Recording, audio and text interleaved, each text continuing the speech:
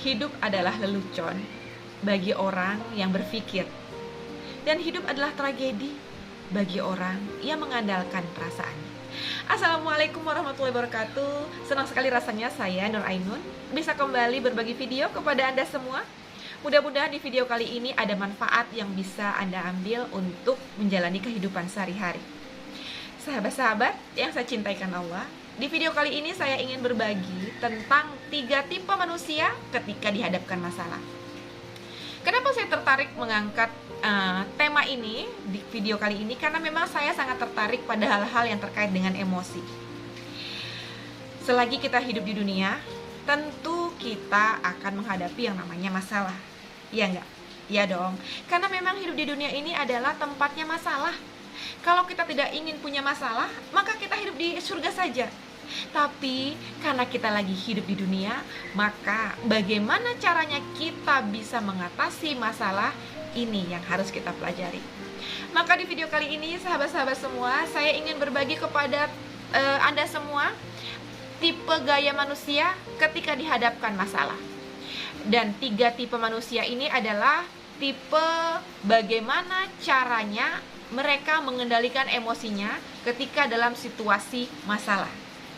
Baik, kita akan masuk pada pembahasan gaya tipe manusia dalam menghadapi masalah. Sahabat-sahabat, kita masuk pada tipe yang pertama adalah tipe orang yang sadar diri. Tipe orang yang sadar diri adalah orang yang peka terhadap situasi perasaannya. Dia cenderung cerdas secara emosi, sehingga ketika dia menghadapi situasi apapun dalam kehidupan, orang yang seperti ini mampu memandangnya dari sisi yang positif. Hingga akhirnya orang-orang yang tipe seperti ini mungkin bisa dikatakan sebagai orang yang jernih hatinya, jernih pikirannya, dan dia cenderung dikendalikan oleh akal pikirannya. Tipe yang seperti ini bukan berarti mereka tidak pernah menghadapi masalah, tapi orang yang sadar diri adalah orang yang sadar akan situasi emosinya. Apakah dia dalam kondisi marah? Apakah dia dalam sedih? Apakah dalam keadaan kecewa, rindu, atau apapun itu? Dia sadar dengan situasi perasaannya. Karena sadar dengan situasi perasaannya, dia mampu untuk mengendalikan dirinya sesuai dengan apa yang diharapkan dari situasi perasaannya untuk menjadi posisi yang baik. Orang seperti ini adalah orang yang mampu mengendalikan perasaannya hingga dia tetap merasa menjadi orang yang berdaya walaupun dia dihadapkan pada situasi permasalahan yang mungkin bisa saja sama permasalahannya dengan orang yang lain. Dia pernah sedih, dia pernah marah, dia pernah putus asa, dia pernah kecewa, dan sebagainya. Tapi karena dia sadar dengan situasi perasaannya, dia cepat sadar, cenderung cepat sadar ketika dihadapkan pada situasi emosi, sehingga dia bisa mengendalikan perasaannya. Nah, itu dia orang yang dengan tipe sadar diri. Lalu yang kedua adalah orang yang tipe cenderung berpasrah pada situasi perasaannya. Orang yang pasrah biasanya adalah orang yang bukan tidak sadar dengan perasaannya. Dia juga memahami perasaannya, tapi dia orang yang membiarkan dia dikendalikan oleh perasaannya. Kalau dia dalam kondisi situasi yang menyenangkan misalnya, dia sangat menikmati, dia tidak ingin larut, dia tidak ingin dia ingin mempertahankan situasinya. Sehingga kita bisa lihat orang-orang yang tipe seperti ini biasanya hanya mengejar suasana yang menyenangkan, sehingga dia ketika dihadapkan pada situasi yang negatif, situasi yang tidak nyaman, dia ingin mencari jalan pintas agar dia bisa kembali pada situasi yang menyenangkan. Tidak heran makanya kita bisa melihat ada orang yang menggunakan obat-obat terlarang untuk mempertahankan perasaannya, karena dia cenderung pasrah dengan situasi, tidak mau berusaha sekuat tenaga untuk keluar dari situasi yang tidak menyenangkan.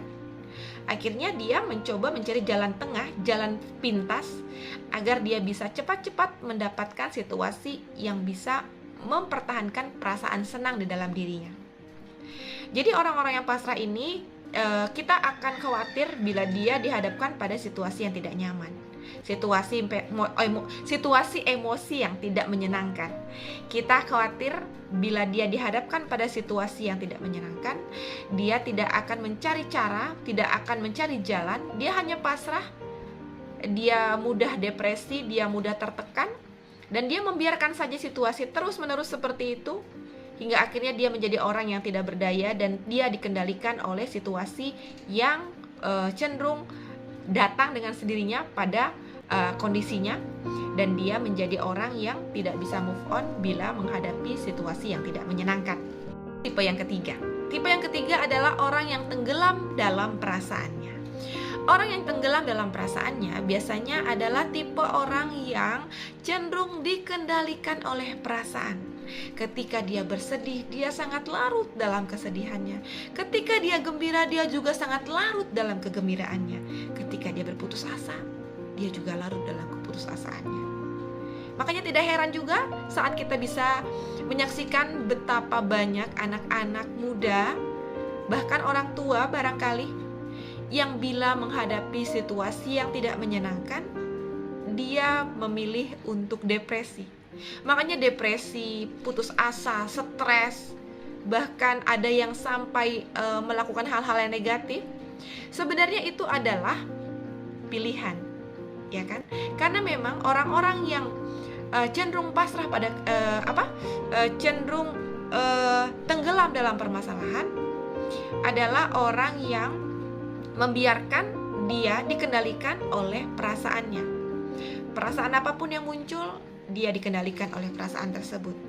Dia lagi bersedih, dia dikendalikan oleh rasa sedihnya. Dia lagi marah, dia dikendalikan oleh rasa marahnya. Dia tidak peka terhadap apa yang sedang dirasakan, sehingga apa yang terasa langsung dikeluarkan. Dia melihat situasi yang sangat tidak enak, dia langsung marah.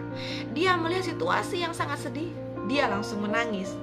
Dia melihat situasi yang sangat gembira, dia tertawa terbahak-bahak. Hingga akhirnya orang seperti ini adalah orang yang selalu dikendalikan oleh perasaannya dibandingkan dengan logikanya. Sahabat yang saya cintai karena Allah, maka dari 3 tipe ini silahkan dikonfirmasi ke dalam dirinya masing-masing, kita ada di tipe yang berapa, agar kita sadar, agar kita tahu, agar kita bisa move on, agar kita bisa berbenah. Karena memang ketiga tipe ini memiliki konsekuensi masing-masing. Maka memilih menjadi orang yang sadar akan dirinya adalah pilihan yang satu-satunya yang terbaik yang bisa kita lakukan dan kita pelajari. Mudah-mudahan bermanfaat video kali ini. Wassalamualaikum warahmatullahi wabarakatuh.